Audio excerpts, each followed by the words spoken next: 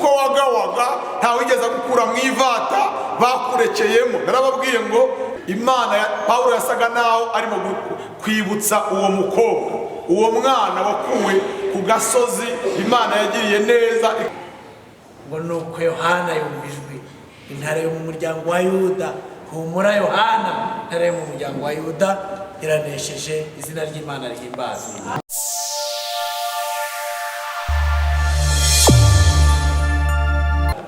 Wagiye kubona abona aratambutse, abona aragiye afata igitabo, haleluya, ngamenya ibimenyetso byari bigifatanije arakibumbura.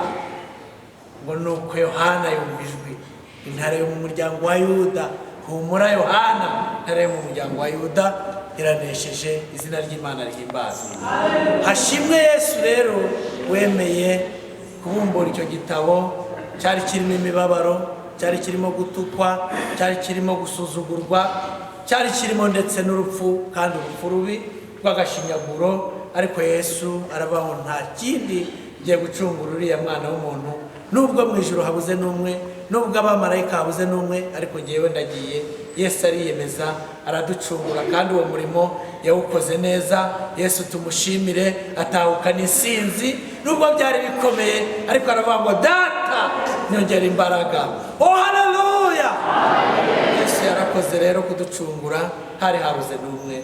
Data yarakoze, izina ry'Imana rihimbazwe. Tugiye kumva ijambo ry'Imana na mwarimu wacu. Esabe n'ubundi twese tujye juru dusenga Imana, twaje mu nzu y'Imana dufite ibyifuzo by'uburyo butandukanye, kandi twaje imbere ya Data wa twese. Ibi byose bibwire Yesu, ubwire Yesu. Yesu arumva, Yesu arasubiza, Yesu abigenza neza. Ntabwo yakwirengagiza intore zayo zitakira ku manywa ndetse na nijoro. Yesu ajya asubiza, ntabwo yakwirengagiza iyi mbeho twajemo, ibi bitotsi twigomwe. Bibwire Yesu, bumbura akanwa, ubwire Yesu bikugoye, arakumva ntiyaguhana. Kandi sabe n'ubundi Fisto asengera umwigisha, ndetse n'ibyo byifuza bizamure. Natwe dusenga Imana kugira ngo Imana ikomeze kubana natwe no kutugirira neza, izina ry'Imana rihimbazwe. Data twese uri mu ijuru, gise neza kubw'imbabazi zawe, turagushimiye mwami w'abami. Gise neza ko watusabye muri iki gitondo cyiza, muri iki gitondo cy'umugisha. Mana, turi imbere yawe kubw'ubuntu bwawe n'imbabazi zawe tugiye. Niyo mpamvu dusenze muri iki gitondo tukwinginga mwami w'abami, ngo umuntu wese umugirire neza, umuntu wese umuhereze imbaraga, umuntu wese umukomereza amaboko, umuntu wese umurinde kubw'imbaraga zawe kubw'ubuntu bwawe. Niyo mpamvu dusenze muri iki gitondo cyiza cy'umugisha. Harimo ibyifuzo bitandukanye ku mitima yacu, turasenze tukwinginga ngo utubere Imana, utubere ubutabazi. Oh haleluya, haleluya. Girira neza umuntu wese uri imbere yawe, kubw'ibyifuzo bifite bitandukanye. Umuntu wese umubere ibisubizo, umubere ubutabazi. Iki gitondo turakwinginze mwami, umuntu wese mugirire neza, uhindura ubuzima, uhindura amateka y'imibereho yawe. Wese uwasimbutse imbere yawe wese abona ubwiza bwawe, abona imbaraga zawe. Oh haleluya, haleluya. Twibutse ibyo dukorera ko tuza mu nzu yawe. Niyo mpamvu mwami twongeye kukwinginga ukomeze ubane natwe muri iki gitondo. Rero tukweretse umwigisha ugiye kutugezaho ijambo, muhereza imbaraga. Natwe twese dukomereze amaboko, twibuke imirimo wadukoreye, twongeye kugukomera amashyi. Yesu ashimwe. Haleluya, haleluya. Turambuye ibiganza turamukanye mu izina rya Yesu. Imana ishimwe, kandi Imana ihabwe icyubahiro.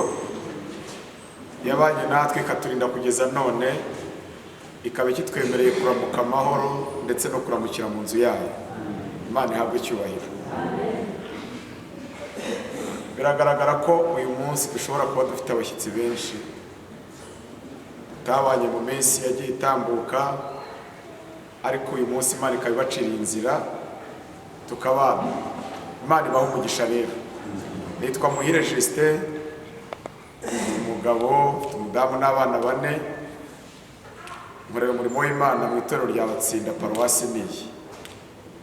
Ndatekereza ko mu mugisha twagize madamu wanjye nawe ashobora kuba araha, nagejo asuhuza iteraniro mu izina rya Yesu.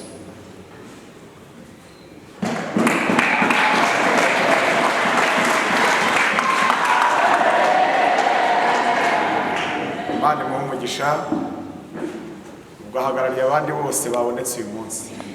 Turabakiriye mwese mu izina rya Yesu. Hanyuma tumaze iki cyumweru cyose iminsi 5 tuganira ijambo ry'Imana rifite insanganyamatsiko twagiye tugarukaho kenshi kuvuga ngo kuzirikana ineza, kuzirikana ineza y'Imana. Mu by'ukuri ntabwo ari topic y'umwigisha, ahubwo ni ubuzima bwa Gikristo. Iminsi yose uzabaho utazirikana icyo Imana yakoze, uzajya umenya ko urimo gusubira Gehinomu, kuko ntabwo dushakira Imana mu byo izakora, ahubwo inshuro nyinshi tuyirebera mu byo yakoze. Iyo turebeye Imana mu byo yakoze niho dukura imbaraga zidushoboza kongera gukomera tukarwana tujya imbere. Twavuze rero, twasobanuye kuzirikana icyo ari cyo, tuvuga ko ari ukwibuka guhoraho, ni ukwibuka kurambye. Iyo kwibuka kuje mu muntu bigatwara ukwezi kumwe cyangwa uwo munsi habaye ibyago, ntabwo byitwa kuzirikana, ahubwo kwibuka guhoraho mu muntu niko kubyara kuzirikana, nibyo byitwa kuzirikana. Iyo ari icyiza wibuka, iyo ari icyiza uzirikana ku muntu cyangwa ku Mana, ntabwo birangirira. Iyi nsanganyamatsiko yaravuze ngo kuzirikana ineza y'Imana nibyo bituma tuziririza iby'Imana yanga. Bivuga ngo iyo ari umuntu wakugiriye neza ukazirikana ineza yakugiriye, byanze bikunze utegura inyiturano. Se turi kumwe? Ubu murimo kunyumva mu by'ukuri? Ayo magambo mvuze ntabwo muyumvise. Iteka iyo uzirikana icyo Imana yakoze, ntabwo birangirira. Hari icyo umutima ukwemeza byanze bikunze. Iyo ari umuntu wakugiriye neza ukumva bikugarutseho, avuga ati runaka twarabanye mbere inshuti, ndamwibutse mu bihe bikomeye yambaye hafi, iyo ntaza kumugira ntabwo mba ndiwe. Uwo mwanya umutima hari icyo usaba gukorera uwo muntu. Iyo utamusuye ufata telefone ukamuhamagara. Hari igihe uganira n'umudamu ukavuga ati tumushakire akantu k'agakado tuzamusure tugende tukajyana. Ibyo bikaba ibikorwa byereka wa muntu kuzirikana icyiza yagukoreye. No ku Mana rero ntabwo turimo kuzirikana ngo birangirira, ahubwo nibigutere kongera kuba mushya. Imana yongere kubone bundi bushya mu izina rya Yesu. Twasobanuye neza y'Imana icyo ari cyo. Iyo turimo gushima Imana hano, umuntu wese ashima Imana ko yamugiriye neza. Nibyo, uwo yagaburiye, uwo yambitse, uwo yahaye inzu yo kubamo, uwo yishyuriye umwenda, ibyo byose ni neza y'Imana. Ariko ayo mashimwe yose mutambukiriza hano akusanyirijwe mu ijambo rivuga ngo ibindi. Ko mutanyumvise? Biravuze ngo mubanze gushaka ubwami bw'Imana no gukiranuka, ibindi. Aya mashimwe yose dutambukiriza hano akubiye mu bindi. Ariko ubundi neza y'Imana tuvuga ni ubugingo buhoraho. Haleluya. Twasobanuye rero ko ni byiza gushima Imana, ariko mujye mwibandabanda cyane. Kera byabagaho umuntu yahagaragara hano yajya gushima Imana ko yamuhaye inzu, akavuga ati mbere ya byose ndashimira Imana ko yampaye agakiza ku buntu. Ntabwo nkibyumva ako kantu, ndashima Imana ko yampaye agakiza ku buntu. Nako kamaze gucika mu bantu b'Imana. Ariko twahawe agakiza ku buntu. Iyo kaza kuba kagurwa amafaranga ntabwo ari wowe, wakabaye witwa umukristo. Mwongere muramburire ibiganza y'ukaraba. Dutangira ku munsi wa mbere twasomye, ubwo ngiye kubinyuramo nihuta, ufite agakarama atarabonetse ajye yandika kuko yateganyije cyangwa se atega amatwi. Umwana w'umuhanga afatira ku kibaho.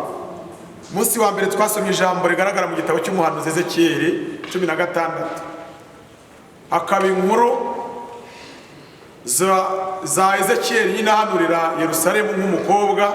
Aravuze ngo uriya mukobwa ashushanya itorero, yibanda ku bintu bya kavukire y'uwo mukobwa. Kavukire yawe n'umunsi wavutseho, umukungu wawe ntibawushariye bya bindi byose twaye twiminja, ntiwaguhaye utwahi, nta kamuri bagusize ngo ubonere, nta tuzi bazanye ngo ukarabe.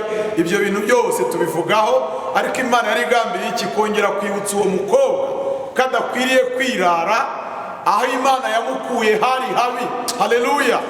Niko Bibiliya yaravuze ngo batawe ku gasozi kuko wagawaga ntawigeze gukura mu ivata bakurekeyemo. Narababwiye ngo ku bantu bize ubumenya muntu, iyo umaze mu ivata iminota 5 batarari kukuramo, ubu uri muri risike zo gupfa. Nta mwana n'umwe ushobora kwigaragura mu ivata iminota 5 ngo abeho. Ariko twebwe ibyaha twarimazemo imyaka itabarika, Yesu ari dukuramo ahabwa icyubahiro.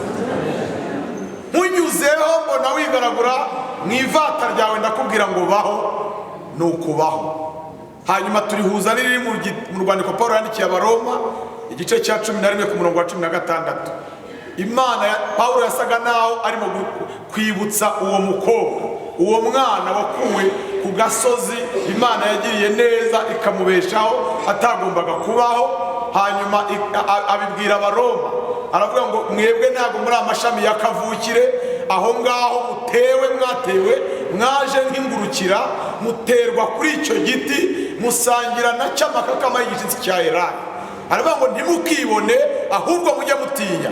Haleluya. Doko kuzirikana ibyo nibyo bituma dukorera Imana dushize amanga, haba mu byago haba no mu makuba, kuko aho twicaye ntabwo hari ahacu. Izina dufite uyu munsi ntabwo ryari ryacu. Imana ihimbazwe. Nayo magambo twatangiriyeho, hanyuma tuza ku munsi wa kabiri dusoma igitabo cy'umuhanuzi Yeremiya, aho twaganiraga inkuru za Efurayimu. Twasobanuye uwo ari we, mwene Yozefu wa Yakobo. Tuvuga uburyo uyu mwana yavukanye na mukuru we Manase mu gihugu cya Egiputa, ariko umunsi Yakobo yatangaga umugisha kuri aba bana, yakagombye kuwuha umwana w'imfura ari we Manase. Hanyuma anyuranya ibiganza, umugisha wohereza kwa Efurayimu. Yozefu ashaka kurekarama ariko biranga, amwaturaho amagambo y'umugisha. Efurayimu aragenda arakomera, uwo mugisha Imana imuhaye arawubona, ariko biza kurangira Efurayimu aguye, arakamakama ibyo kwizera bitewe n'uko yivanze n'abanyamahanga. Mu gihe cyo gushaka gakondo y'urubyaro rwe, yivanga n'abanyamahanga asanze mu ishyamba aho yatemaga ibihuru. Hanyuma bamukamura mu bitekerezo, bamukamura mu mirimo, ko yari akoze umushinga w'ubucuruzi. Ibintu bya zahabu n'ibihimbano by'umwuka bimushiramo, yibagirwa ineza y'Imana. Aho Imana yababaye, ibabazwa n'uko Efurayimu yibagiwe uburyo Imana yanyuranyije amaboko ikamuha umugisha atarawukwiye, hanyuma akaba yituye kwiba abaturage no gutakaza indangagaciro za gikristo. Hanyuma aho ni Imana yamureberaga ikabona ameze nk'umutsima uhiye uruhande rumwe udahinduye, akabona yameze imvi z'urutarutaro. Ariko igihe kiza kugera, haleluya, Efurayimu ngo aza kwiganyira iby'ubugingo bwe. Aravuga ati amafaranga ndayafite, umugisha Imana yarawumpaye, ariko njye ntabwo nayibereye inyangamugayo. Ngo ariganyira, niyo magambo twasomye Yeremiya 31 ku murongo wa 18. Imana iravuga ngo rega numvise Efurayimu yiganyira ati warampannye mpanwa nk'ikimasa kitamenyereye guhingishwa, ungarure mbone kugaruka kuko uri Uwiteka Imana yanjye. Aravuga ngo ndahindutse, ndigishijwe, nemeye kwihana, ngize umugisha ukanyakiye. Bene iryo sengesho rero nindakumirwa ntirigira bariyeri rihagararaho. Imana ihorana imbabazi z'abantu bayo. Haleluya. Ushobora kwitera umugongo ukamara amezi 2, ukamara 3, ariko iyo uhindukiye n'ubu muri iki gitondo ukavuga uti ndigaye, Imana ihora iteza amaboko. Mwabonye uriya mwana w'ikirara iminsi yamaze hanze, aragenda yaravuye iwabo asabye se 8, aragenda wayisha ibyirari rye, bimaze kumushirana ngo ajya kwaka akazi ko kuragira ingurube. Kuragira ingurube ni igikorwa umuntu atasobanura muri iki gitondo, ko n'ubu turabafite baziragira kandi barahoze ahangaha. Inzara irahamwishyira ngo agera ku rwego yifuza gusangira nazo, akajya asangira n'ingurube. Ari aho rero ubwo comment zerekana ko umuntu ugeze ku rwego rwo gusangira n'ingurube. Abakijya muri salo kwiyogoshesha, umutangikiriza habaye iki? Buriya abaca inzarara, abaheruka korogati mu menyo, ariko ngo umunsi yisubiyemo gusa aravuga ati kwa data bararya bagasigaza. Ndamutse nsubiyeyo nubwo ntakongera kwitwa umwana, data akanyita umugaragu, iyi nzara yashira. Ngo atekereje icyo gikorwa cyo gusubirayo gusaba imbabazi se, asanga kuva igihe yagenda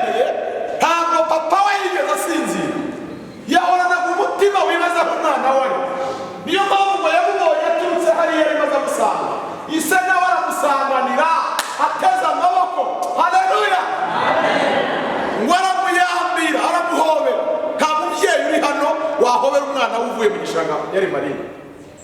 Ntawe ni ukubwira uti genda ubanze ukuremo ibyo byenda unyure muri dushe ukarabe kandi iyo myenda ntuyinjize mu nzu. Ariko data we si uko akora. Ubwinshi bw'ibyaha byose waba ufite upfa kuba wisubiyemo arakwakira.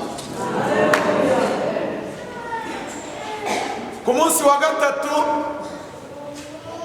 twaganiriye igitabo cy'ingoma za mbere 17 n'icya mbere cya Samweli 25, aho twasanze inkuru za Dawidi, uburyo Imana yamukuye mu ntama za se ikamugira umwami w'ubwoko bwa Isiraheli, atekereza ku rugendo yagendanye n'Uwiteka kumukura hirya iyo, amaze kwicara ku ntebe y'ubwami, amaze kugira izina rishya ry'umwami, ngo yitegereza inzu abamo n'aho Imana imugejeje, umutima uhita umwereka ku isanduku y'Uwiteka iri mu ihema. Aravuga ngo nkanjye ndinde wo kuba mu nzu isirya yubatswe n'imyerezi kandi isanduku y'Uwiteka iri mu ihema.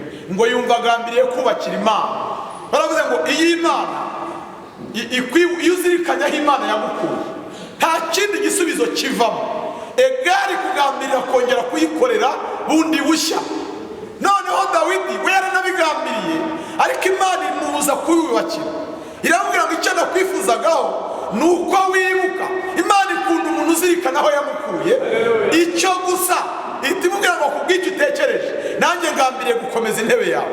Haleluya, haleluya. Aramubwira ati ntabwo ariwe uzanyubakira, nzubakirwa n'abagukomokaho, ariko kuva uzirikana ko nagukuye mu ntama, Imana iguha umugisha, imwemerera umugisha urambye ndetse igeza no ku rubyaro, ihimbazwe yo kabyara. Hari igihe rero natwe tuzirikana kavuga uti Imana shingiye nibutsa aho wankuye n'iki nakora mu by'ukuri. Ukumva ntufite amafaranga, ukumva ntufite mitiweli wakwishyurira abantu, ugahita uzinduka kare mu gicuku utari n'umudiyakoni, ukaza ugahanagura izo ntebe abantu bicaye. Imana ikavuga ngo impamvu akoze kiriya ni igito ashoboye kandi aragiterwa n'uko azirikanaho. Imana ishimwe cyane. Nta muntu n'umwe hano wabura ikintu akorera Imana, icyo tubura gusa ni ukurekoneza icyo Imana yakoze. Haleluya, haleluya. Hanyuma twaje kwifashisha Nabali, umugabo w'ikigoryi cyane. Imana Dawidi yagiriye neza, ariko yazamukiriraho ifunguro ry'umunsi umwe akarimwima, akavuga ngo Dawidi ntabwo amuzi. Dusanga hari abantu Imana yagiriye neza, ikabaha agakiza, ikabaha kubaho, ikabaha kubyara, ikabaha kororoka, ikabaha gukora bagacuruza bikagenda, ariko bibagiwe izina ry'Uwiteka. Buriya Nabali umuryango we warazimye. Bibiliya ivuga ko yashatse neza gusa, umuryango warokowe n'umugore we, wowe wahoraga yibuka icyo Dawidi yakoze, akajya kujya gusanganira Dawidi amushyiriye vino n'imitsima ngo bimuramirane n'abana be. Bituma Dawidi uburakari yari afite bwo kurimbura kwa Nabali, uwo mujinya wibuza, ashima Abigayili, aravuga ngo Uwiteka Imana yakohereje guhura nanjye uyu munsi ishimwe, kuko indinze kugibwaho umugayo ku maraso ya bene wanyu. Aravuga ngo iyi ntambwe uba wateye uza mu nzu y'Imana, iyo ivuyemo kuzirikana icyo Imana yakoze, bishobora kurokora umuryango wawe n'abawe wari umaze iminsi usengera, bikuraho umujinya Imana yari ifite ku ntege nkeya z'umuryango wose. Imana nihimbaza. Abo twabanye saho tugeze. Uwo ni umunsi wa gatatu. Umunsi wa kane twasomye Zaburi ya 84, ni Zaburi ya bene Kora. Hanyuma tuyifatanya na Luka 10:30. Aha twasanze amateka ya bene Kora. Turavuga ngo bene Kora bashushanya ubuzima bwacu. Umukristo wese uri hano, bene Kora bashushanya ubuzima bwacu, kuko duhuriye ku kintu kimwe cy'uko Kora, Datani na Biramu barimbutse kubera kugomera Imana, ariko bene Kora bakitandukanya nabo bagahabwa kurama no gukomeza gukorera Imana. Natwe amateka dufite uyu munsi ntabwo tuyakomora kuri basogokuru. Basogokuru dukomokaho bararimbutse ko bapfuye batazi Imana, ariko kuri twebwe, haleluya, Imana yashimye kubaka igisekuru gishya cy'abayubaha iguhereyeho, ihimbazwe yo kabyara. Hanyuma rero tuvuga intambara bagiye bahura nazo, ni nazo natwe duhura nazo mu buzima bwa buri munsi, buryo bagize abanzi baba bategaga ibinuka kugira ngo batandukanye n'izina ry'Uwiteka. Dusanga natwe abo banzi turabagira kandi badutega ibinuka umunsi ku wundi kugira ngo tutaza hano, ariko hamwe n'ibitugerageza Uwiteka yatwemereye kuzajya ducira kanzu. Haleluya. Bandika Zaburi ya 84 baravuga ngo Uwiteka we, hahirwa abantu baba mu nzu yawe babasha kugushima ubudasiba. Iyo bagize mu gikombe bagihindura ahantu amasoko, imvura y'umuhindo cyambika umugisha. Baravuze ngo bagenda bagwiza imbaraga. Imana imfashe guhera ku wa mbere kugeza kuri uyu wa gatandatu, uko ugenda uboneka mu nzu y'Imana bijye bigenda bituma ugenda ugwiza imbaraga. Haleluya. Ntugasubire inyuma, ahubwo ugenda ugwiza imbaraga kandi ujye uboneka mu maso y'Imana i Siyoni. Data twese ahabwe icyubahiro. Hanyuma rero aha twahasanze umwana, Bibiliya itangira ubuhamya bw'uko yavaga i Yerusalemu yerekera i Yeriko akagwa mu gico cy'abambuzi, Luka 10:30. Hanyuma Bibiliya igaragaza ko ari umutambyi wamunyuzeho, ari umulewi wamunyuzeho, bose nta n'umwe wamugiriye impuhwe, ngo bamucagaho bagakikira bakigendera. Ariko umusamariya w'umunyembabazi ushushanya Kristo twicaye imbere, ngo amugezeho amugirira impuhwe, aramwomora. Maze kumwomora ntibyaciraho, ngo amuzana mu nzu y'abashyitsi ariyo iyi ngiyi turimo, ngo amushyikirize umurwaza. Aramubwira ati mundwarize. Maze kumwomora inguma, ariko ndashaka kumundwariza, ntabwo akize neza. Haleluya. Dushimire Kristo utubabarira ibyaha, ariko akatwomora n'inguma z'ibikomere twakomeretse. Kandi muri uru rugendo ibikomere biba bigihari, ariko nimuhumure, ukomereka mu gitondo saa 4, saa 5 akongera akakomora. Ibipfuko biracyahari. Haleluya. Utwomora turacyari kumwe, niyo mpamvu tudacika intege. Amuhereza denari 2 twasobanuye ko ari Bibiliya yaramuhaye, isezerano rya kera n'irishya. Arambwira ngo mundwarize wifashiriza denari 2, icyo uzatanga kirenze kuri ibi nguhaye nzakikwishyura ngarutse.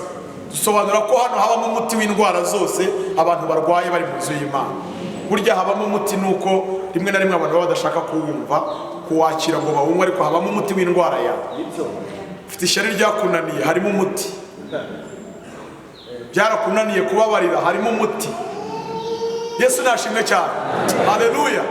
Turavuga ngo kuzirikana ibyo muri ubwo buzima bwacu bwa buri munsi nibyo bidushoboza kuba mu mwanya Imana ishaka.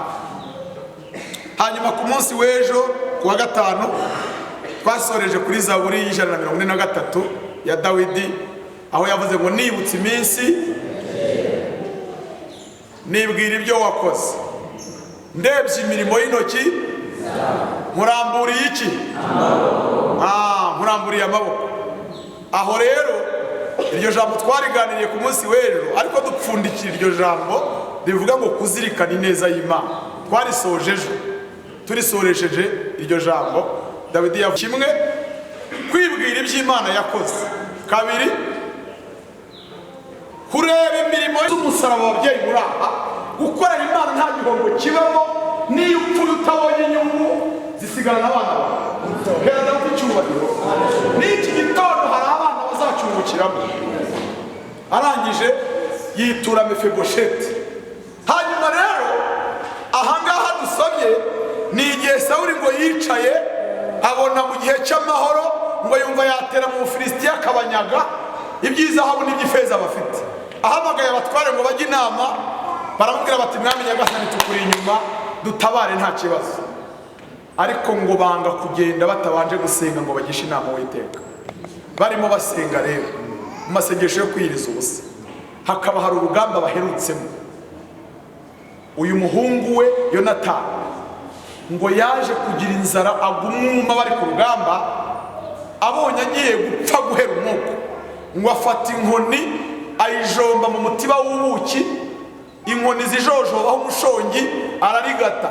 Amaze kurigata uwo mushongi ntiyaba agipfuye. Ako kana koze nako karandikwa ahantu. Kamaze kwandikwa, ubu bari mu masengesho yo gutera mu Filisitiya, ariko harimo umwe wigeze gukora ku byashinganwe iki Yonatani yakoze kiranditse, ngo gitera Imana kubacecekana. Ku munsi wa mbere ntiyavuga, ku munsi wa kabiri ntiyavuga, ku munsi wa gatatu iraceceka. Sawuli aravuga ati ntibyigeze bibaho ko Imana iducecekana iminsi 3, ubu muri twe hari uwaba yarakoze icyaha. Abwira Abisirayeli imiryango 12, aravuga ati nimutahe mugende murare mu ngo zanyu, ejo muzaze dukoresha ubufindo, uwo buzafata niwe uzahana. Ararahira aravuga ngo kabone nubwo bwafata umwana wanjye agomba apfa. Bagarutse mu gitondo gukoresha ubufindo bufata Sawuli na Yonatani. Ya miryango yose barera, icyaha kiboneka kwa Sawuli na Yonatani. Sawuli aramwara aravuga ati nimwongere mudukoreshe hagati yanjye n'umuhungu wanjye havemo. Ngo bongeye gutera ubufindo bufata Yonatani. Bufashe Yonatani ngo ahita amanukira ku birenge bya Sawuli, kuko se yari yavuze ngo agomba gupfa byanga byakunda. Amanukira ku birenge bya Sawuli. Ngo akimanukira ku birenge bya Sawuli, Abisirayeli bose babonye Yonatani ari ubufindo bufashe, baravuga ngo kwari we munyembaraga twari dufite aramuka apfuye turasigarana. Batangira kwibutsa Imana imirimo myiza Yonatani yakoze. Baravuga ngo ntabwo apfa. Haleluya. Niwe wazanye agakiza muri Isiraheli, ntabwo apfa. Abaye apfuye waba uri Imana itazirikana. Dushingiye ku bintu yakoze, dushingiye ku bicuku yabyutse abyukira mu nzu yawe, dushingiye ku maturo yatanze. Haleluya.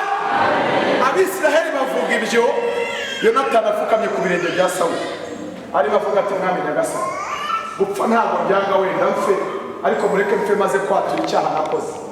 Aravuga ati icyaha nakoze nta kindi, mu rugamba guherutsemo inzara yaranyishe mbonye ngiye gupfa nohereza inkoni mu buki, kandi iyo nkoni yayirigase mu by'ukuri ubuki ntiyaburiye, kwari ukurigata gusa. Mbibutse ko abantu bacu barimo gupfa muri ibi bihe nta kindi bazize kurigata, kugira ngo nta n'icyaha mukora bihagije ngo mutomere muhereye mu gitondo mugere nimugoroba, ariko kurigata kutubaze haba.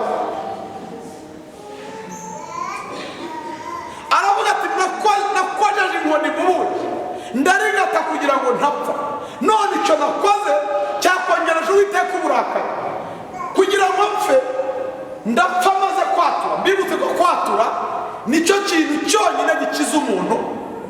Ushobora gukora imirimo myinshi uyirenza ku cyaha wakoze ntibigire icyo bitanga, kuko mu maso y'Imana gitwikuruwe nk'icyambaye.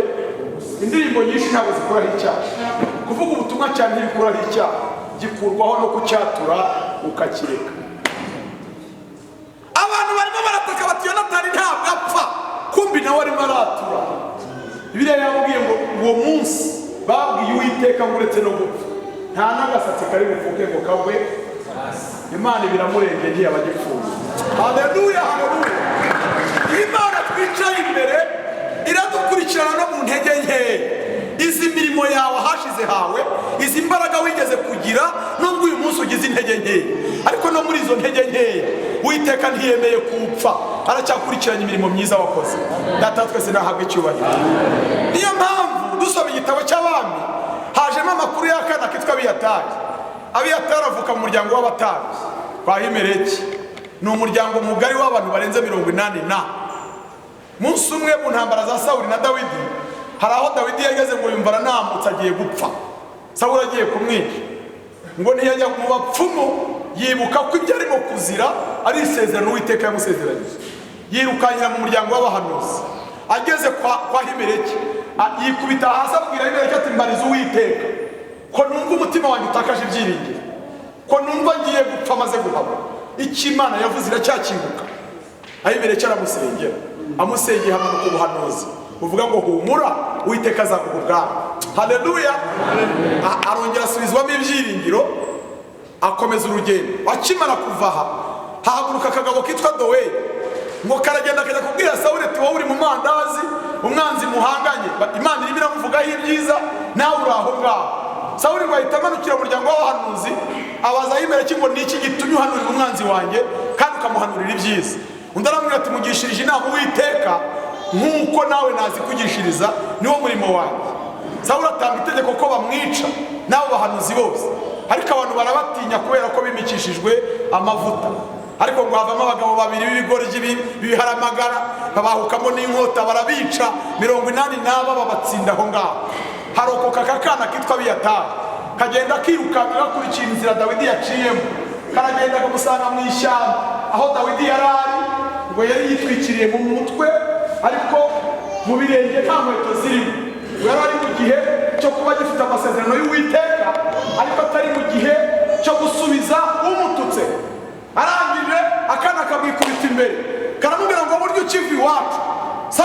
barasesekaye, ab'iwacu bose arabamaze n'inkota, nsize ari imirambo n'injye usigaye. Dawidi amubwira ijambo nkunda, aramubwira ngo gumana nanjye ntacyo uzaba, kuko uguhiga nanjye niwe umpiga. Yaramubwiye iki? Yaravuze ngo nuguma hondi iby'Imana yavuze n'iwanyu nibisohoza ntabwo nzakurya. Haleluya! Niramuka intabaye nawe nzakugirira neza. Barabana bamarana igihe, akagahungu kajya gatwara isanduku y'Uwiteka kamutwaze fone, kabikora imyaka myinshi.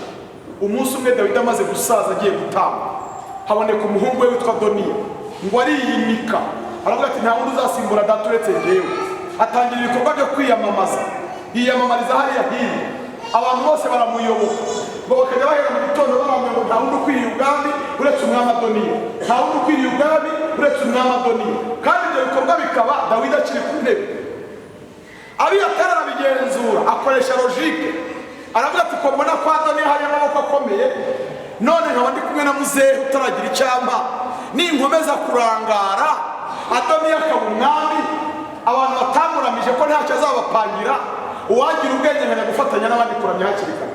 Ngo asiga Dawidi ajya gufatanya n'abandi kuramya Adoniya. Akimara kugera aho Adoniya ari, Dawidi ahita atanga ubwami kwa Salomo, abuha Salomo aho Abiyatari avuye, aramwara. Salomo amaze kwima, Imana yamubwiye amagambo akomeye. Dawidi yaramubwiye ngo mwana wanjye Salomo, ujye umenya Imana ya so, iyo nakoreraga nawe azaba ariyo uzakorera.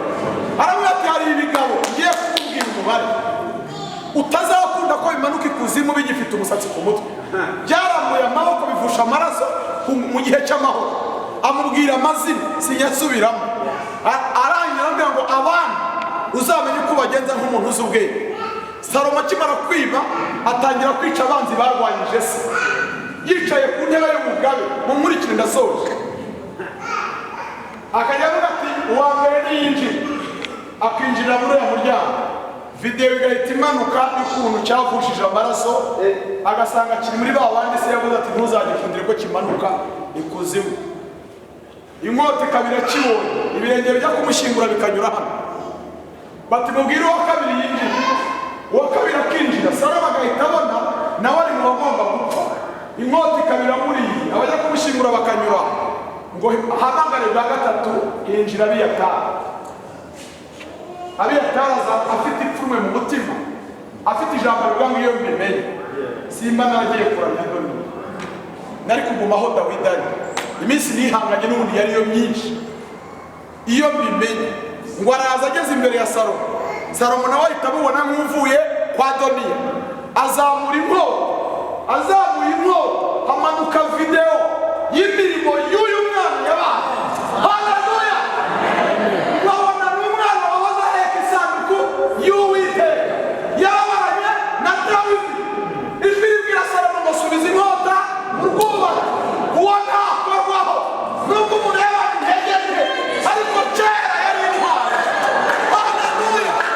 Kera yari umugabo. Haleluya! Haramubwira turamureba muri ibi bihe yasubiye inyuma, ariko kera yari umugabo. Haramubwira ati ntumukoreho. Asubiza inkota mu rwubati, amubwira amagambo twasomye. Haramubwira ati gendere wigirana toti mu gikingi cyawe. Icyakora wari ukwiriye gupfa, wari ukwiriye kuko ntabwo ugisenga mu by'ukuri. Ikikurokoye ni iki? Ni imirimo yawe yo hambere. Haleluya! Uhereze data icyubahiro n'Imana izirikana. Imana yacu irazirikana. Haramubwira ngo wari ukwiriye gupfa, ariko ntabwo ndi bukwice muri iki gihe. Nibutse ko wajya guheka isanduku y'Uwiteka. Nuko Abiyatari yarokotse, ngo arasohoka. Niwe muntu usohotse mu bantu binjiye, arasohoka. Salomo aramubwira ati bwira undi uri hanze yinjiye. Ageze hanze asanga hari uwitwa Shimeyi. Uyu Shimeyi akaba yigeze gutuka Dawidi ngo ni imbwa y'uruhara rubi, arimo ahunga Abusalomu. Abagaragu bashaka kumwica, Dawidi aravuga ati nimumureke yitukire, n'Uwiteka wabyemeye. Akinjira Shimeyi, Salomo ahita abona videwo y'ukuntu cyatutse se, aravuga ati we agomba gupfa byanze bikunze. Azamuye inkota ngo yice Shimeyi, ijwi riramubwira ngo uwo nguwo ugiye kwica iso yaramuhaye imbabazi, none uramuka umwishe baravuga ko utangiye kwica n'abo Dawidi yababariye. Hano ati mubabarire ahubwo mutegeke kwimuka, ahagarika ibyaha bye birangiriraho, yimuke nawe akizwe amere nk'abandi. Arambwira cyane nihinda umushyitsi kivuga kiti ibyaha mfite ntabwo mpapfa. Hari abantu batinya kuza mu materaniro ngo batahagwa kubera ubwinshi bw'ibyaha bafite, ariko imbere y'Imana ntabwo tuhapfira. Haboneka imbabazi. Magera imbere ya Salomo, Salomo azamuye inkota ijwi rimubwira ngo ayisubiza mu rwobo. Aramubwira ati ntabwo nkwica, nawe ntabwo upfa. Icyakora umva kondisiyo, urasabwa kwimuka ukajya gutura i Yerusalemu. Urabishobora? Undi ati nabangiza amahirwe ntapfuye, kwimuka akaba ari byo binani. Ngo aravuga ati nkiva aha sasa ndahita ngenda njya gutura i Yerusalemu. Aramubwira ati reka mubwiye genda gake. Aramubwira ati Yerusalemu korali wenda aririmba, Shalom iraririmba, ba Daniel bari mu materaniro, ba Kristo nuko nugera i Yerusalemu ntabwo uzaba ugiye kwicara. Uziga inyigisho z'ububatizo bakubatize, winjire mu itorero wegera ryera, ushake korali uririmbamo, ukorere Imana kugira ngo uzibe icyuho cy'imirimo mibi wigeze gukora. Nibyo byose arabyemera avuga ngo kubivuze mwami Nyagasani hatabura na kimwe niko zabikora. Salomo aramubwira ati umunsi wabirenzeho ukava i Yerusalemu ukambuka akagezi Kidironi, uwo munsi uzamenye ko ari bwo uzapfa amaraso yawe ndayakarabye. Umuhungu ava aho yarahiye avuga ati Imana ntabwo yagize urupfu rungana gutya ngo nindageze asubire ku rugo. Ahita ajya kwiga inyigisho z'umubatizo baramubatiza agiye i Yerusalemu, yandikira korali we ayirimbamo. Ukwezi kwa mbere akumva irari biraza, ukwezi kwa kabiri akumva irari biraza. Hagati aho barakora ko muri bose ari abakene nta muntu ufite akantu. Aha hantu nzahaba, naramenyereye kwirira inkoko za buri wikendi, naramenyereye amasoroti yo kujya Gisenyi, ngo umutima urakomeza urarehareha. Aravuga ati ariko iyi Mana nabonye ari nyembabazi, Dawidi naramututse sinapfa, none n'umuhungu we yarambabariye, uwasubira gusambana n'ubundi kizongera ikambabarira. Reka mbere nibyo umva ngo cire umugani. Hari umuhungu wigeze kwica umuntu, amaze kwica umuntu bakoranye basanga niwe wamwishe, baramufunga. Yari afite amafaranga yo kumwambuka, aravuga ati ayo yose ndayaguha ariko ugenda uburanire n'urubanza unkureho kiriya cyaha. Umwavoka aramubaza ati se mbere y'uko muburanira ngo umwe waramwishe? Ubu hari abantu batatu batajya babeshya. Imana nta muntu uyibeshya kuko irakuza imbere n'inyuma. Muganga nta muntu umubeshya, ntawe urarwara ku kibuno ngo ajye kwivuza umutwe. Muganga umubwiza ukuri byanga, n'umwavoka ntawe umubeshya kugira ngo abone uko kwigira urubanza umubwiza ukuri. Arambwira ati ngiye kukuburanira ubumwe ariko ntuzongere kwica ko mutavuga. Aramuburanira bumwe arataha. Ngo bucya kabiri uko ikofi yuzuye amafaranga akongera kwikiza umwana.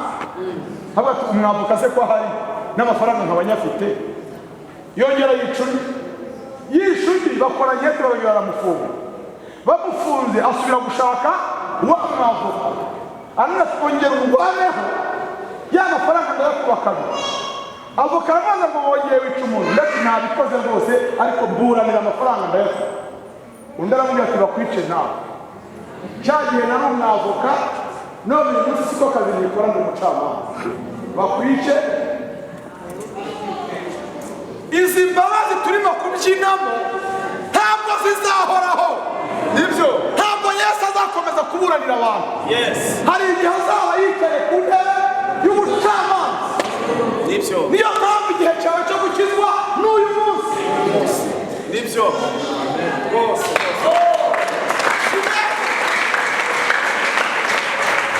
Shimeyi ngo yambuka akagezi Kidironi ajya Imaka kwishakira abagaragu bari batorotse. Ubu turi kumwe n'abantu batorotse bambuka akagezi bakajya Imaka gushaka abagaragu. Yakureba akagira ngo urinjije we ntushaka gukora cyangwa gutera imbere. Kumbi turi kuri kondisiyo zo kwanga kurenga iki akagezi. Uvuga ngo akagezi. Abarokore benshi bakennye atari uko amafaranga ava tuhayobewe. Tubana na kondisiyo zitatwemerera kurenga akagezi.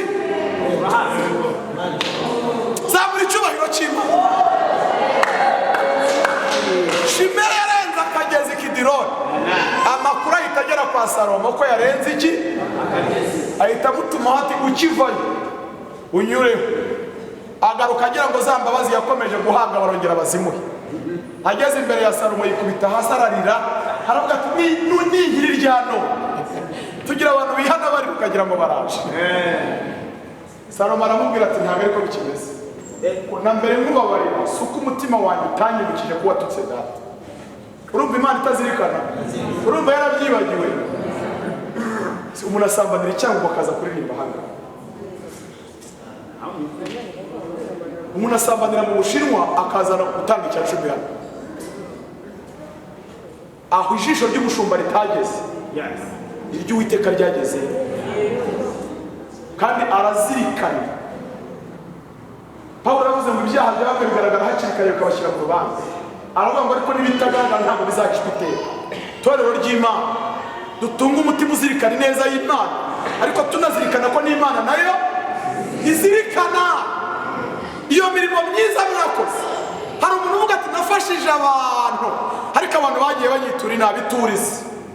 Ibyo wakoze ntiwabikoreye abantu, Imana yarabyanditse.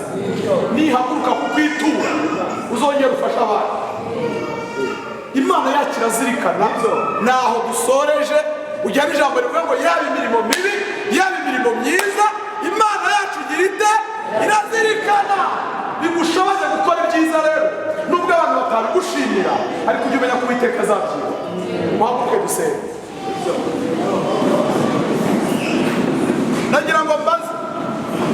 Nagira ngo mbaze ni iki Imana irimo kukuzirikanaho muri iki gitondo?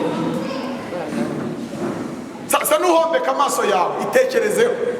Yewe Shimeyi we, Mana yari yakugiriye ubuntu n'imbabazi, urangije ubirengaho, wirengagiza amategeko, wirenza imbabazi zayo, urongera urasambana, urongera uriba, ufite ibintu ukorera hirya iriya abantu batazi. Iki ni igihe cyawe. Imana ikubwiye ko ibizi, ntabwo yabyibagiwe. Rambura ikiganza ikumpera imbabazi, bitabaye ibyo urupfu rurakurindiriye.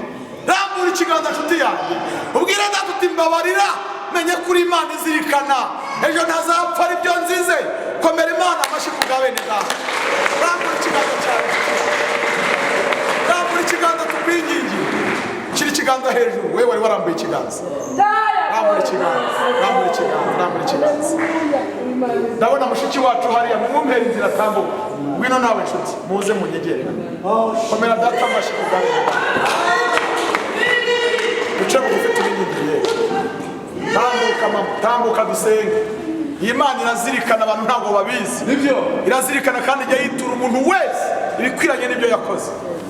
Yaravuze Yohana yandika ibyahishwe, yaravuze ngo dore ndaza vuba, nzanye iki kugira ngo ngororere umuntu wese ibikwiranye n'ibyo yakoze. Tekereza neza nurangiza iki gitondo kikubera igitondo cy'imbabazi. Urazikeneye, tera intambwe tukwingingira Imana. Wari mu rukore rwose, ufite imirimo myiza wakoze, ariko wari ukwiriye gupfa kubera ko watambikiriye, wasubiye inyuma.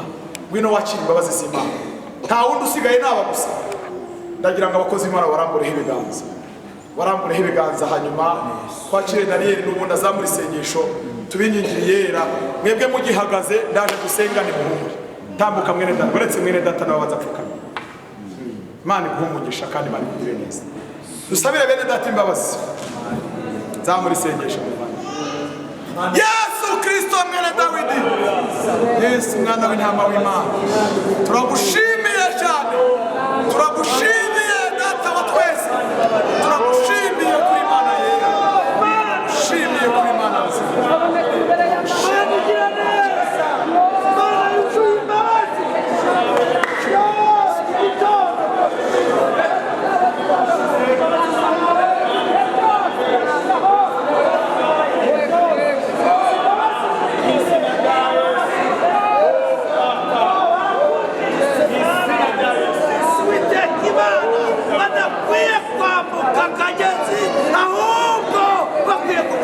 Yewe data bese batunganye, babaririza, barinde kuba, barinde gusubira inyuma, barinde gucogora. Yewe Uwiteka Imana Nyir'ingabo, iki gitondo bandikure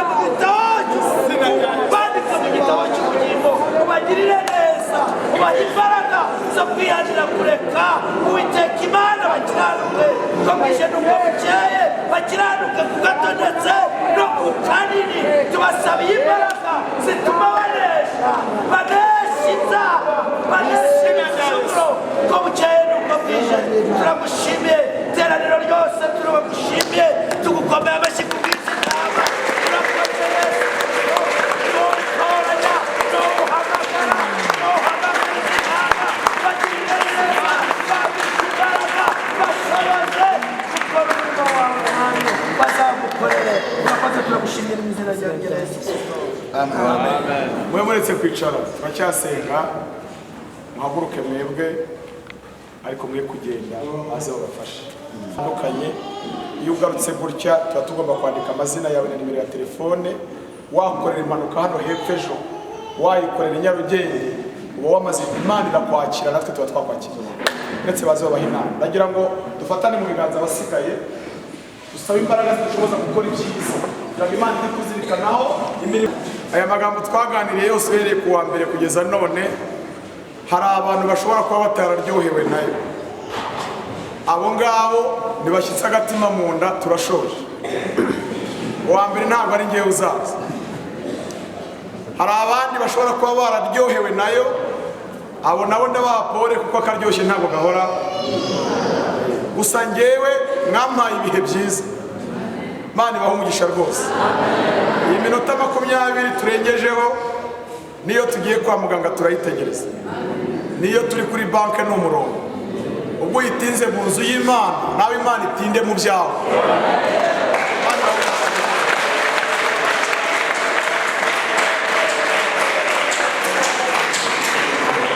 Yego, Imana itinde mu byacu, Imana ishimwe. Dushimira Imana, tuyikomere amashyi cyane.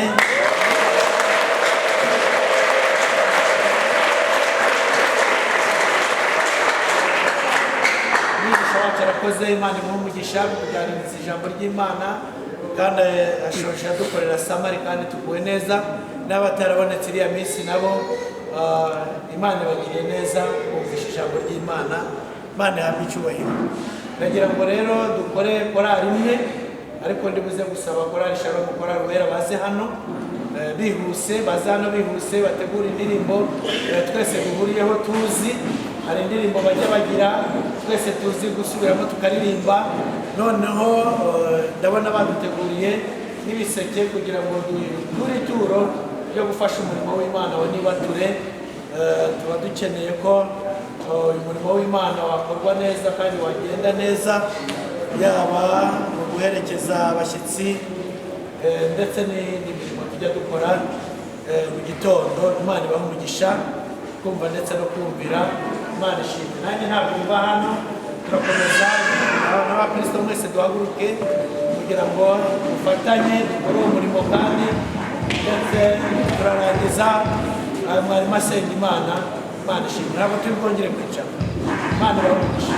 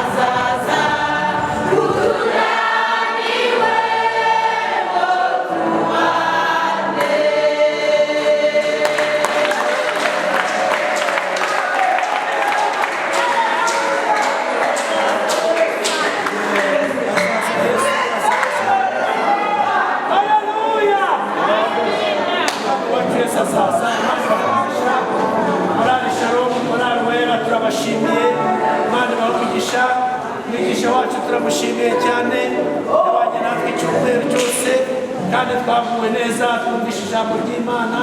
Haleluya, haleluya.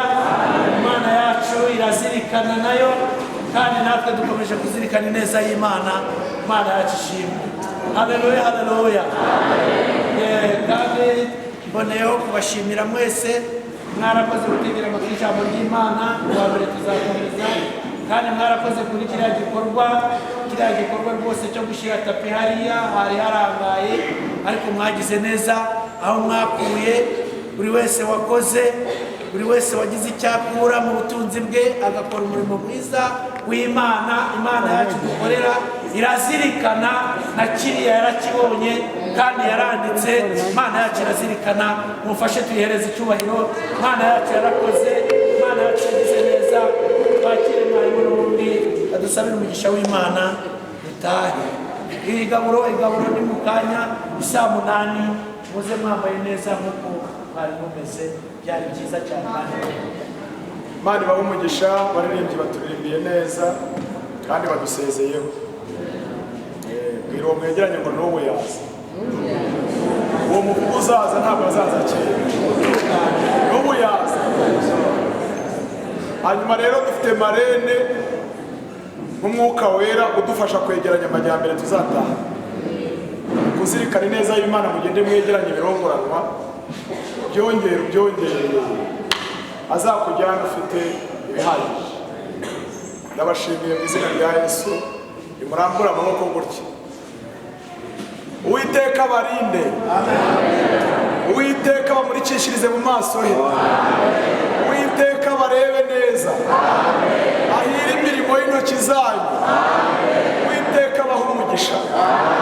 Mana Data wa twese uri mu ijuru, turagushimiye kuba abanye natwe icyumweru cyose watugiriye neza. Turagushimiye kuba wavuganye n'ubugingo bwacu bugahebuje. Turagushimiye ko watanze umugisha. Ijambo ryawe ni rizima, ijambo ryawe rigira imbaraga, ijambo ryawe ririkomeza rishora imizi mu mitima y'abaryakiriye kandi rigere ku ntego y'icyo utumye. Natwe tuzakomeza kuba mu nzu yawe, natwe tuzakomeza kugushima ubudasiba, natwe tuzakomeza kugusenga.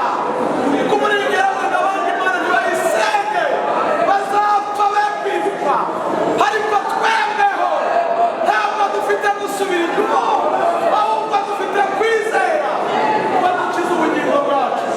Ntabwo umugisha kuri iri teraniro kandi aho tugiye hatandukanye muri gahunda zitandukanye.